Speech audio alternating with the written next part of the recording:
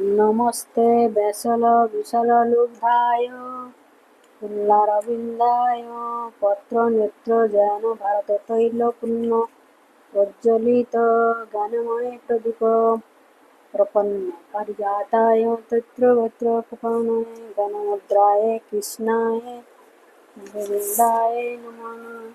सर्वोपनिषदभागवदग्धागफलनन्दनं पार्थवस्य सुधीर्भक्ता दुग्धं गीतमिदमात् वासुदेवं सुतं देवं कंसचाणूरमर्दनं देवकी परमानन्दं कृष्ण वन्दे जगद्गुरुं युष्मद्रोणतरद्वैतगन्धरनिलयफला शल्यग्रहणोदतिन कृपेण वहानि पन्ननविलकुला अष्टमविकरघोर मकरदुर्जधनवर्धिनि सत्यनखलखण्डहरणनदीकैवर्त केशव पारसज्जममलङ्घितत्थगन्धत्कटं नानाखेनककेशरं हरिकथासम्बद्धनवदितं लोके सज्जनशतकोपनमुद्रा भूयः भरतपङ्कजनं कलिमलपद्मस्य निःश्रेयसे मूकं करोति वाचालं पङ्गुलं मयते गिरिं यत्कृपातमहं वन्दे परमानन्दं माधवम्।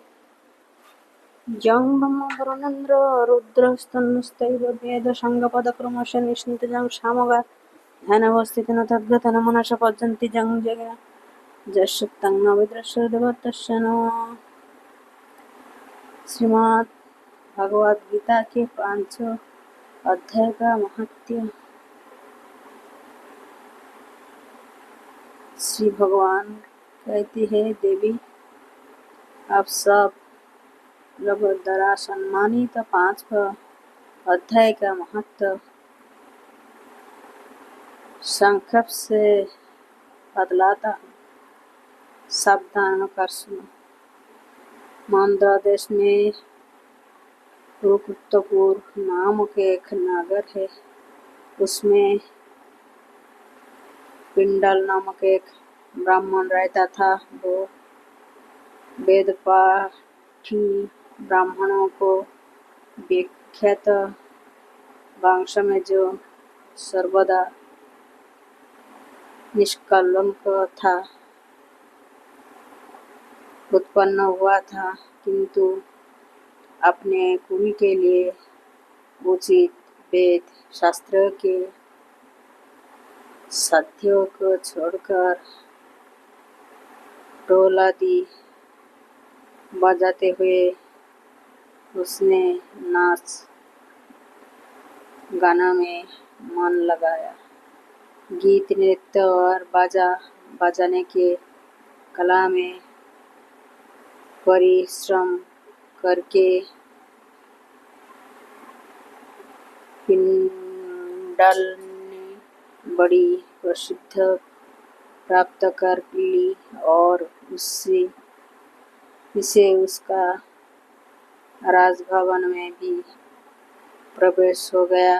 अब वो राजा के साथ रहने लगा और पराई स्त्रियों को बुला बुलाकर उनका उपभोग करने लगा।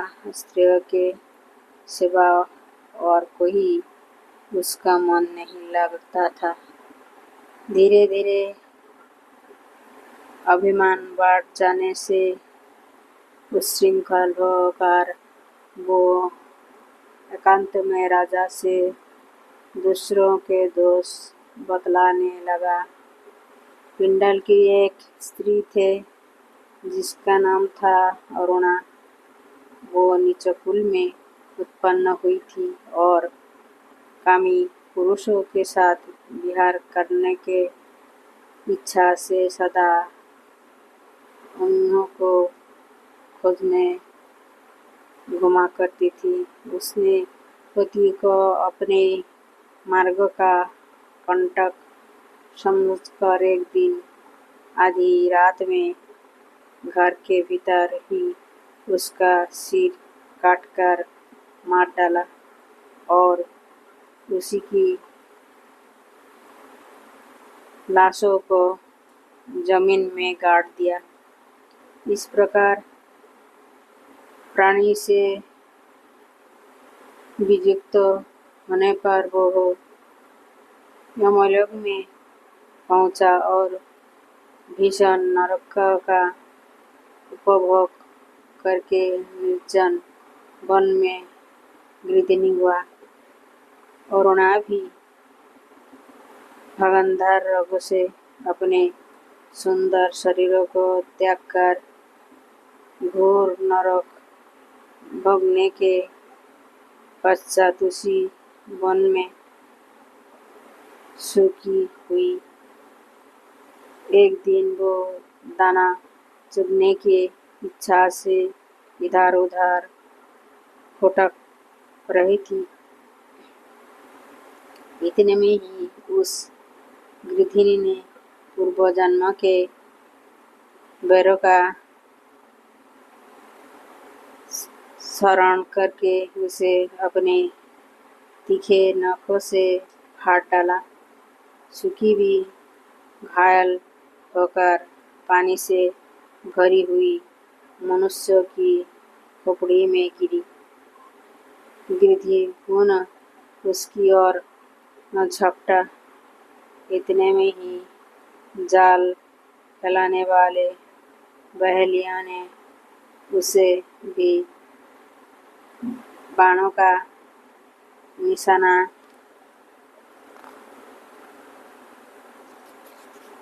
बनाया। उसकी पूर्व जन्म की पत्नी सुखी उस खोपड़ी के जल में डूबकर प्राण त्याग चुकी थी। फिर वो क्रूर पक्षी भी उसी में गिरकर डूब गया। तब यमराज के दूत उन दोनों को यमराज के लोगों में ले गया। वहाँ अपने पूर्वकृत पापकर्मों को याद करके दोनों ही भयभीत हो रहे थे। तदंतर यमराज जब उनके घृणित कर्मों पर दृष्टिपात किया तब उन्हें मालूम हुआ कि मृत्यु के समय अकस्मात खोपड़ी के जल में स्नान करने से इन दोनों का पाप नष्ट हो चुका है। तब उन्होंने उन दोनों की मनोवांछित लोगों में जाने की आज्ञा दी।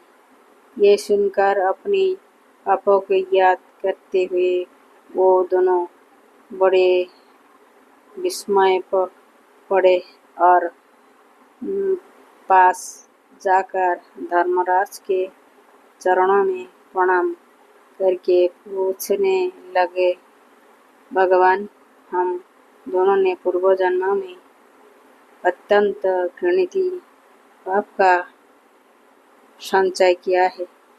फिर हमें मनोवांछित लोगों में भेजने का क्या कारण है, बताइए।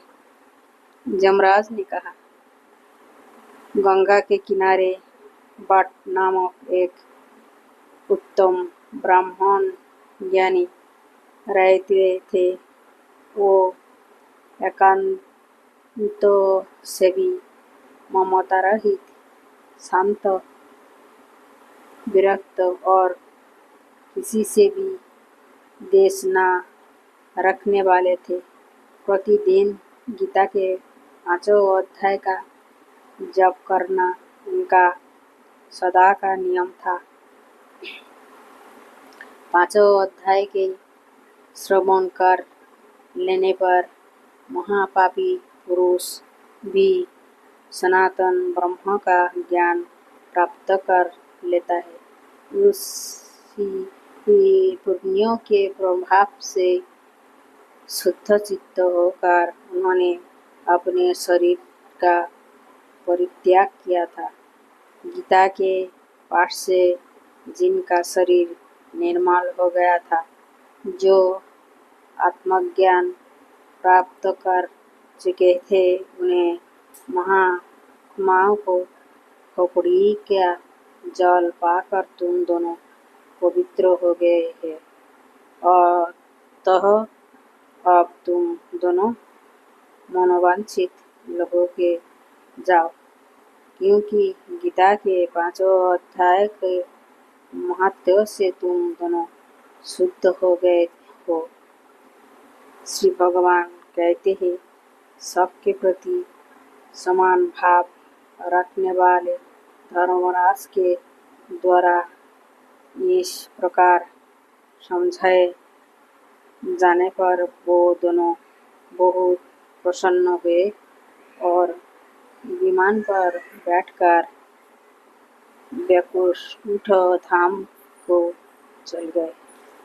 जय श्री कृष्ण।